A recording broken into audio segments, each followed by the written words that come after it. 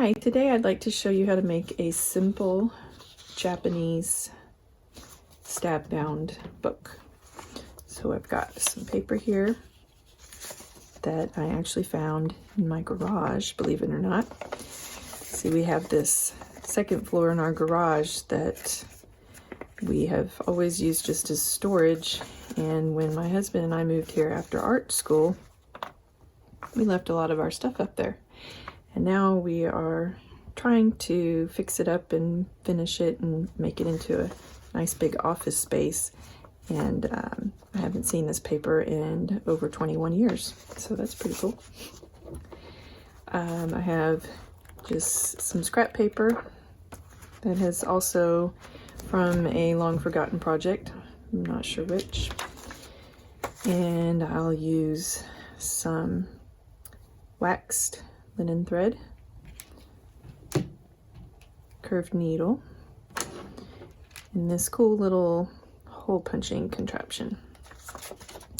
So first, I already had this paper all this size, but you can either cut or tear down your paper to all the same size, as many sheets as you want, it doesn't matter. And then I measured out for 3 holes. This type of binding, it doesn't matter, you can have 3. I could have put another hole in between these 2, but with this size of the book, I think all I needed was 3. If you had a book that was much bigger, I would definitely suggest having more like 5 holes. So after I measured out where I wanted my holes, I took small amount of paper at a time, because this little hole punch, you kind of need a hard surface, and if you have too much paper, then that makes your surface not so hard. And then you just put it where you want your hole, and this is going to be loud, you just pull this little spring and it hits it to cause it to, it kind of is the same thing as a hammer, all in one. You don't need a hammer. So it goes like this, and it makes the hole. So I'm going to take, I already have the holes in all of my paper.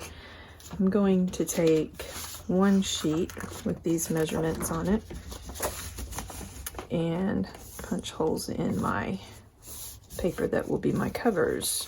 See, what I did here was, you could do just one sheet of paper or one thickness of paper, but I thought it'd be cool to fold it over, and you want that way you'll have your decorative paper on the outside and the inside, and you'll want this part where the 2 pages come together at your spine and the fold at the outer edge of your book. So that's why I'm going to stack these up, put my paper here that has the holes in it, and put some holes in here for the cover.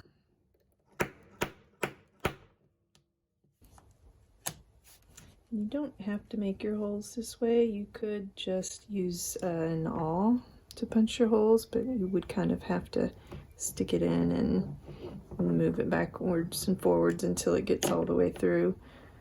Or you might, I just wouldn't recommend using a hole punch, because it would make your holes like a normal 3-hole punch. It would make your holes too big.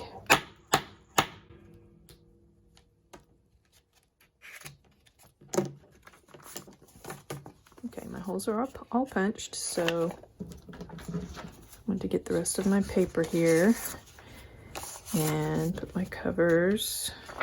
Pick which side you want to be your front. Put my covers here.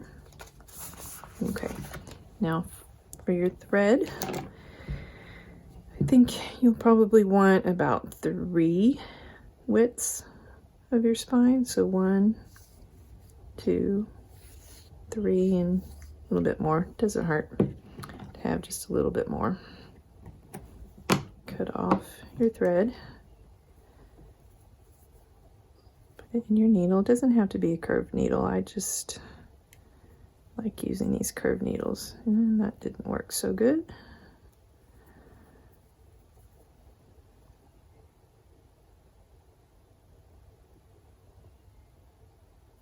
I'm gonna have to cut it off and try again.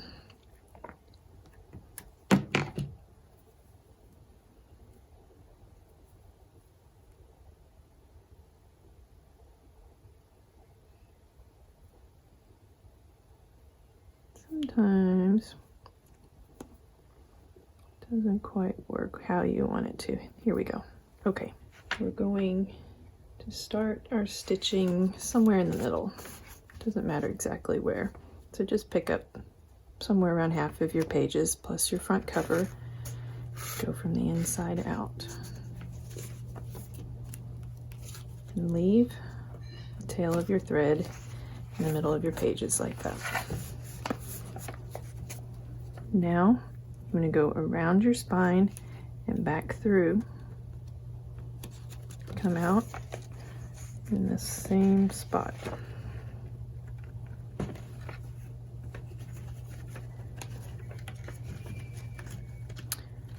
I like to stitch books while I'm sitting down, so this filming thing is a little hard for me. Okay. That goes like that. Now you're going to come over to this next hole. Go in there. Now you're going to come around the spine, go back in the same hole. We're also going to come around the spine this way. Back in that hole again. Make sure your thread goes around this side of your book. Okay, now we're going to turn it over. Go in this middle hole all the way through.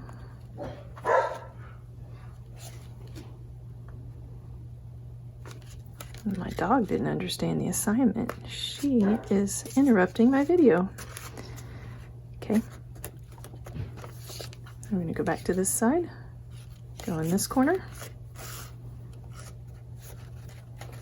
Go around the spine, same hole, and around this side of the book, back in the same hole. Now we're almost done. Now the only place left, you want to make sure you don't do any of these places twice. If you do it right, it's always going to turn out with just one piece of thread in each spot. Okay.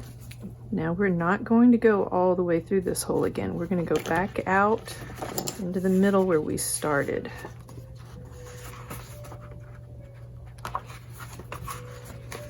So you need to kind of, and this is why these books don't work out too well with stiff covers, because when you end your stitching, you need to come out in the middle like this. You kind of have to hold it open. And this is where the curved needle comes in handy too. Come out here in the middle and tie a square knot. My son also didn't understand when I told him I was filming a video. He decided to go ahead and play the piano downstairs.